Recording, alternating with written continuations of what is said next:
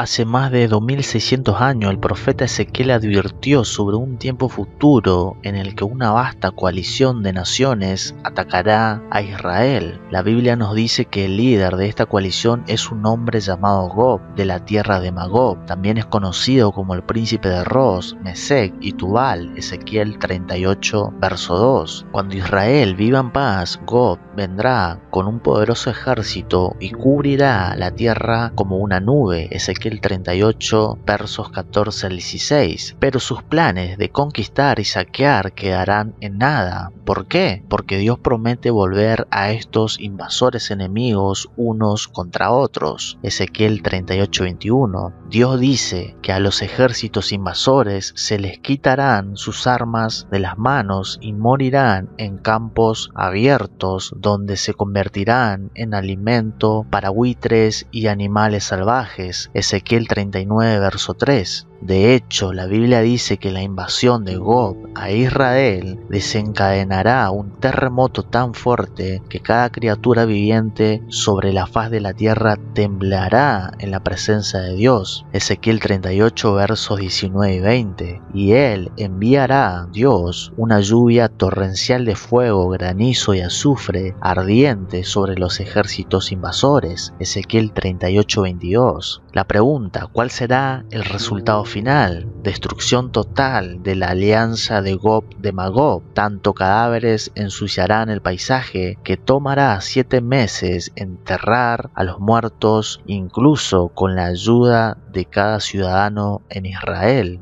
Ezequiel 39, 12. Esto también encontramos en Apocalipsis capítulo 20. Y lo creas o no, toda esta cadena de eventos se desencadena cuando un hombre llamado Gog se dispone a saquear a la nación de Israel. Pero ¿quién es este hombre, este Gog de Magog, y quiénes son sus aliados? Ezequiel identifica a estas naciones en la alianza Gog de Magog como Magog, Ros, Mesec, Tubal, Persia, Cush, Put, Gomer y Bet, Togamar en Ezequiel 38 del 1 al 6. No te culpo en absoluto si estos nombres no tienen ningún sentido para usted, pero tenga esto en cuenta, Ezequiel nombró a las naciones de esta alianza como se las conocía en su día, y cada una representa una nación claramente identificable que existe actualmente. De hecho, mucho antes de que Rusia se convirtiera en una potencia mundial, los eruditos bíblicos identificaron a Rosh como la nación de Rusia y a Gog como su gobernante. La identidad de Gog como gobernante de Rusia se confirma cuando Ezequiel señala su ubicación geográfica. Ezequiel dice que Gog traerá sus ejércitos del extremo norte, Ezequiel 38:15, Ezequiel 39 versículo 2. Si bien esto puede parecer una declaración vaga, no lo es. Esta declaración, como la mayoría en el Antiguo Testamento, se hacen referencia a la nación de Israel, y está diciendo que Gog residirá en el extremo norte de Israel. Dibuja una línea recta al norte de Israel en cualquier mapa de Oriente Medio y adivina qué nación encontrarás. Así es, Rusia. Así que Gog es claramente el gobernante de Rusia, pero Gog no está solo, tiene muchos conspiradores. ¿Quiénes son? A continuación, le voy a dar una lista de naciones citadas por Ezequiel, por el profeta Ezequiel. El nombre del Antiguo Testamento aparece en primer lugar seguido de su equivalente moderno. Rosh es igual a Rusia, Magog es igual a Kazajstán, Uzbekistán, Turkmenistán, Kirguistán, Tayikistán y Afganistán. Persia es igual a Irán, Kush es Sudán, Put es Libia, y Mesec, Tubal, Gomer y Bet y Togarma es igual a Turquía. Entonces, la pregunta, ¿cuándo ocurrirá esta invasión? La Biblia dice que esta alianza se formará y vendrá contra Israel en los últimos días, Ezequiel 38:8. Entonces, ¿qué significa eso? Bueno, la palabra clave en hebreo es acharit, que generalmente se traduce como después de la parte, última, cerca o fin. Por tanto, esta batalla, esta invasión se tiene que dar al final del milenio. Entendemos que esta será la última batalla final. Entonces Ezequiel usa esta misma palabra, Acarit, nuevamente cuando Dios dice que Él traerá la alianza contra la tierra de Israel en los últimos días, Ezequiel 38:16, y al comienzo del versículo 8 revela que esto sucederá dentro de mucho tiempo o en un futuro lejano. En otras palabras, esta no es una profecía cumplida en los días de Ezequiel, pero eso no es todo lo que sabemos. Ezequiel nos proporciona pistas adicionales. De hecho, en el mismo pasaje citado anteriormente, verso 16 de Ezequiel 38, Dios revela precisamente cuándo ocurrirá esta invasión. En el verso 12, Gob se dice a sí mismo: atacaré las ciudades una vez abandonadas, que ahora están pobladas con los judíos que regresaron del exilio entre las naciones. Ezequiel 38:12. ¿Te has dado cuenta de eso? Gob atacará la tierra cuando esté llena de exiliados que regresen de entre las naciones. El objetivo de la invasión de Gob es el Israel moderno. Dios mismo confirma esto cuando dice que la invasión ocurrirá después de que el pueblo de Israel haya sido recogido de entre muchas naciones. Ezequiel 38:8. Él dice: sucederá cuando traiga a mi pueblo a casa de entre las naciones enemigas. Ezequiel 39:27. Este regreso a casa de entre muchas naciones ha ocurrido solo una vez en toda la historia humana, la reunión del pueblo judío en 1948. Entonces, según Ezequiel, el objetivo de esta invasión es el Israel moderno.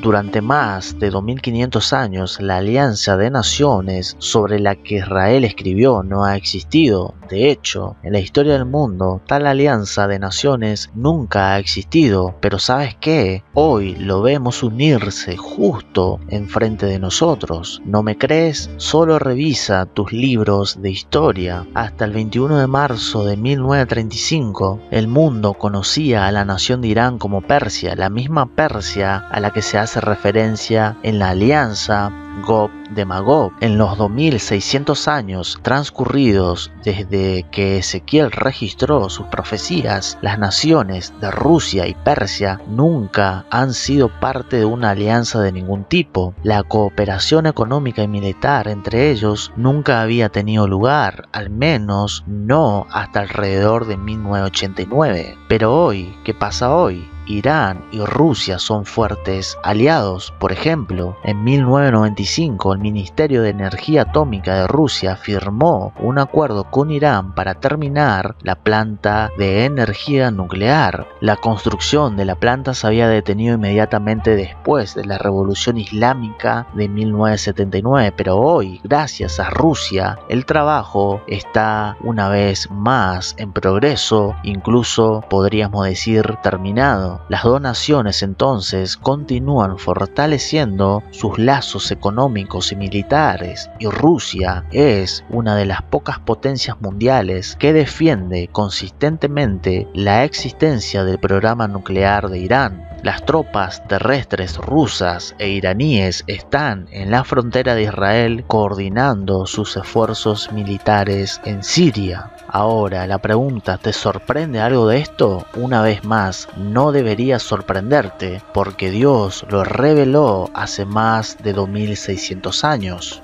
Nunca antes en la historia del mundo había existido una alianza entre las naciones específicas citadas por Ezequiel, pero hoy podemos ver claramente los intereses comunes compartidos por las naciones que mencionó. Además, esta invasión requiere una alianza militar ruso-iraní que no existía hasta tiempos recientes. De hecho, la cooperación ruso-iraní de cualquier tipo había sido en su mayor parte inexistente hasta 1989. Hoy en día, Rusia e Irán cuentan con fuertes lazos diplomáticos, geopolíticos, económicos y militares. Y mientras escuchas esto, sabes lo que está ocurriendo ahora allí en Rusia, Ucrania. Ucrania. Por primera vez en los 2600 años transcurridos desde que Ezequiel registró su profecía, vemos señales de la alianza Gog